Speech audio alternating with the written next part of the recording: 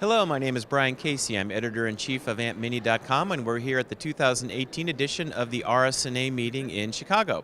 I'm pleased to have with me Dr. Dan Mollura. He is CEO of the radiology humanitarian organization Rad-Aid International. Dan, thanks for being with us today. Thanks for having me, Brian. So in the United States and other developed countries, we're really lucky to have access to really a wealth of radiology services and technologies. But there are a lot of countries and undeveloped regions all over the world that don't have such access. And so Rad-Aid International's mission is to try to help alleviate some of that. And so Dan's going to talk to us a little bit about what the group does. Dan, can you talk about Rad-Aid and what your mission is? So Rad-Aid is a nonprofit, Brian, as you were saying.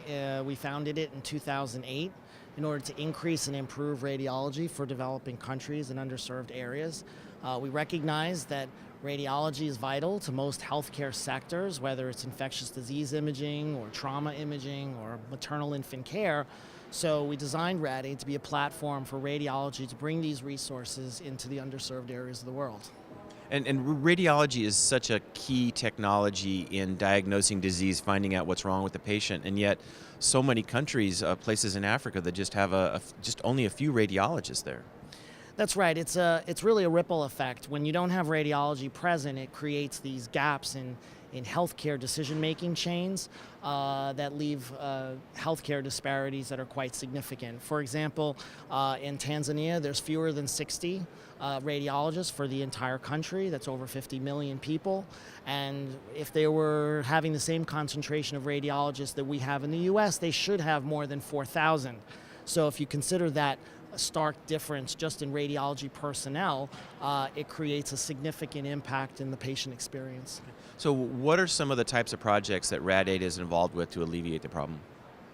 So we start off every project with what's called a radiology readiness assessment, which is Rad-Aid's way of seeing what resources exist within a hospital already and then what their goals are, and then offering a solution to that hospital that fills in those gaps so that they can maximize their existing resources and reach their goals. We don't do a needs assessment where someone says, well, what do you need? Instead, we offer a solution that we think that the hospital is willing to collaborate with us on in order to build that capacity. So that's how we've scaled every program in Rad-Aid over the last 10 years to be now in 30 countries and 55 hospitals.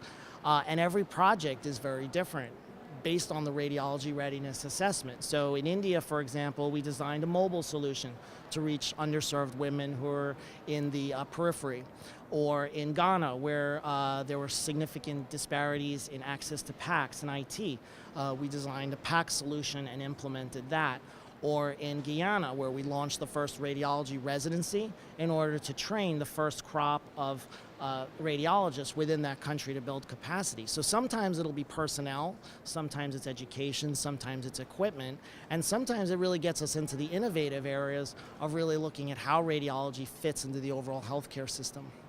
So it's more than just placing a mobile scanner somewhere and just letting them run it. That's absolutely right. So it's a collaborative arrangement between Rad-Aid and the receiving hospital, so it's a long-term partnership. Reciprocal goals between our teams and their personnel so that we can march together. So every time we start a program, it has an MOU, a contract, where we kind of work with them to those goals. And we never want to just leave equipment and assume that the rest is not there.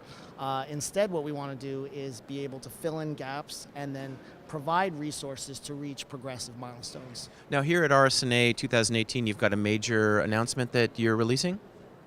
So Google is working with Rad-Aid to develop on-site PACS and cloud solutions for those locations that don't really have access to PACS and IT.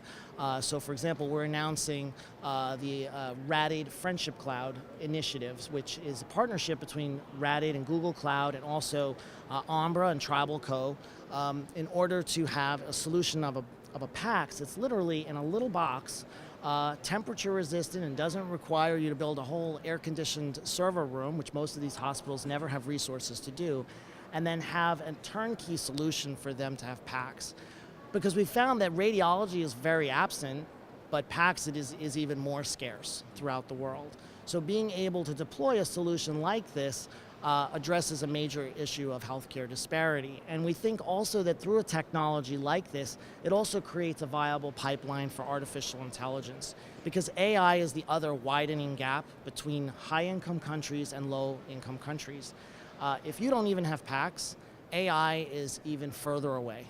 So we're trying to close that gap by really putting technologies in place that give them a platform for learning it and adopting it.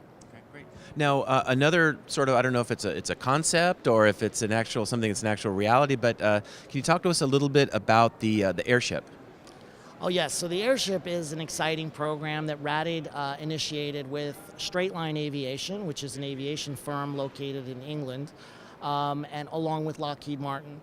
So in 2016, Lockheed Martin announced a new technology. They had been working on this for about 20 years already.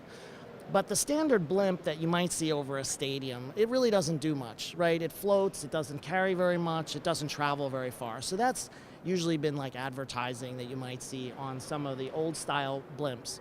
So Lockheed Martin came up with an aircraft that could lift about 15, 20 tons and then travel 1,500 miles in distance because it has engines on the sides. But then it has this reverse hovercraft type engine on the bottom so that it can suck down to the ground and then not float away, so that it doesn't need any moorings and it can deploy cargo. So the initial purpose when they launched this in 2016 was to do heavy cargo and transportation, mining and natural resources. Well, when I saw the press release in 2016, I said, gee, you know, radiology moves heavy equipment into interior areas of Africa and underserved areas all the time. And the idea of an aircraft that can lift radiology equipment to underserved areas was pretty compelling. So it was a long shot in 2016, but I reached out to Lockheed Martin and the partners on the press releases, and I said, well, Rad-Aid is a humanitarian aid organization, and we do the exact thing that this airship is designed to do, but in the medical humanitarian context. Well, they loved the concept, and it was fun to develop, and over the following 6 months or so, we signed an MOU with Straight Line Aviation to develop the first medical and radiology airship program. So now, because this is an aircraft that's brand new and coming out of Lockheed, it's going to take 2 to 5 years for us to develop this. But we've been to their hangars, we've been to Lockheed, we're working closely with Straight Line and developing all kinds of components for this as we develop this over the next 2 to 5 years. So for example, this past year, we've been doing mapping of landing areas that correspond to our existing sites and where we work, such as in Canada, where underserved areas in the north could really use a way to get radiology resources into that periphery, or in areas of Africa, where the airship could land in sites and deploy container-based clinics to reach those populations. Cool. Well, that's fascinating. Well, so if someone wants to be involved in Rad-Aid, what should they do? So here at RSNA, we're in South Hall at booth 1018. So please visit us, and we've got plenty of materials, and you can learn more about our programs. Of course, visit our website, radaid.org, and there's a sign up for newsletters, and announcements are always made about Rad-Aid projects. So every month we put out an e-newsletter announcing new projects in the 30 countries and 50 hospitals we serve.